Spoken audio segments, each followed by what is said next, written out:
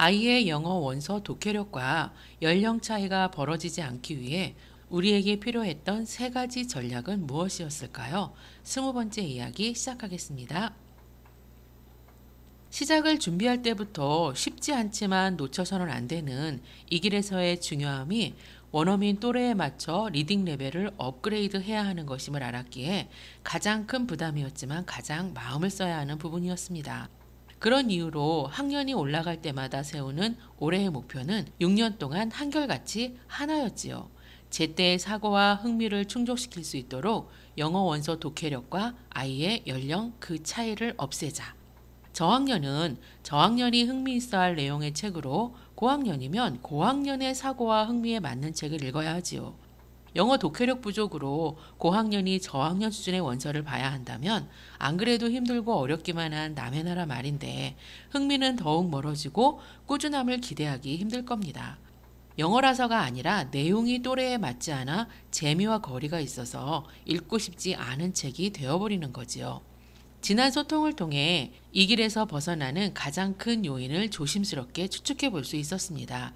영유아기에 시작해서 워밍업에 긴 시간을 투자하고도 그 시간이 탄탄한 바탕이 되어줄 초등 입학 이후 실천을 제대로 방향 잡지 못해 기대에 못 미치는 성장으로 점점 지쳐가는 것은 또래에 맞는 영어 사고력을 쌓기 위한 리딩 레벨을 놓쳤기 때문 아니었을까요? 우리의 실천에서 독해력과 연령 차이를 없애기 위해 전략인 듯 다짐인 듯 세 가지 약속이 있었습니다. 첫째는 앞서 영상에서 이야기했던 해마다 다음 단계 레벨업이 무난하기 위해 절대 필요량을 채우는 것이었습니다. 중요함 중에 중요함이라 할 수 있지요. 두 번째는 아이의 자생력을 믿어야 했습니다. 제대로 엄마표 영어를 진행하다 보면 어느 순간 아이의 독립이 필요하다는 것을 깨닫게 되지요. 초기 2, 3년 안정만 찾아주면 이후 진행은 아이 스스로 채워나가야 하는 시간입니다. 아이의 자생력을 믿을 수밖에 없었던 또 다른 이유도 있었습니다. 내 영어 실력의 한계를 내가 너무 잘 알고 있었기 때문이지요. 아이는 해마다 꾸준히 업그레이드 하면서 현지 또래만큼의 레벨을 유지해 가야 하는데 직접 가르치기 위해 날밤 새워 공부해도 아이의 발전 속도를 따라가지 못할 것은 너무도 자명했습니다. 잘못 손대면 독립해서 혼자도 충분히 나아갈 수 있는 아이를 엄마가 감당할 수 있는 수준에서 발목 잡게 되거나 엄마가 확인 가능한 선에서 레벨 스테이가 지속되는 무서운 상황이 벌어질 수도 있을 것 같았지요. 아이가 딱 엄마만큼의 영어 실력을 가졌으면 하는 것이 목표가 아니었습니다. 처음부터 손을 대지 말고 아이의 자생력을 믿어보고 싶었지요.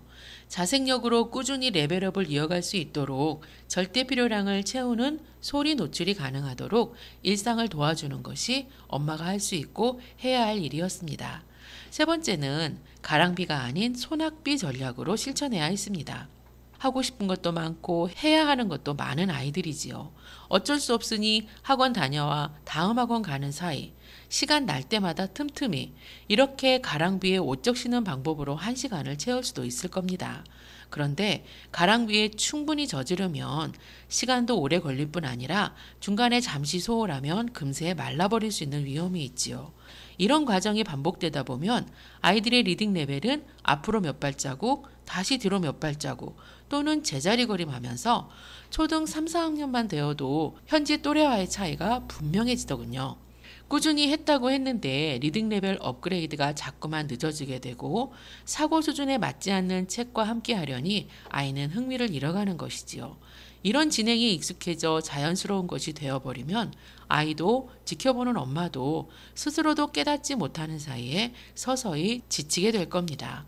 리딩 레벨은 일단 벌어지기 시작하면 획기적인 실천 변화 없이 그 간극을 좁히기가 매우 어려운 일이었습니다. 그래서 필요한 것이 소낙비 전략이었습니다. 집중해서 한 자리에서 1시간, 그것이 매일 같은 시간이라면 좋겠지요. 그 1시간이 쫓기는 일상 틈에 끼어 있는 것이 아니었으면 했습니다. 시작 전도 마치고 난 뒤에도 몸도 마음도 편안할 수 있는 여유까지 확보할 수 있다면 더 좋겠지요. 우리는 그랬습니다. 습관을 넘어 일상으로 자리 잡기 위한 시간 투자였으니까요. 이렇게 쏟아부은 소낙비 전략은 잠깐 한눈 팔아도 쉽게 마르지 않을 내공을 키워줍니다. 함께 하시는 분들 표정이 상상됩니다. 와, 장난 아니다. 맞습니다. 우리에게는 장난일 수 없는 시간이었습니다. 모국어 이외의 언어를 정복하자는 목표였거든요. 되는 대로 실천은 아니어야 했지요.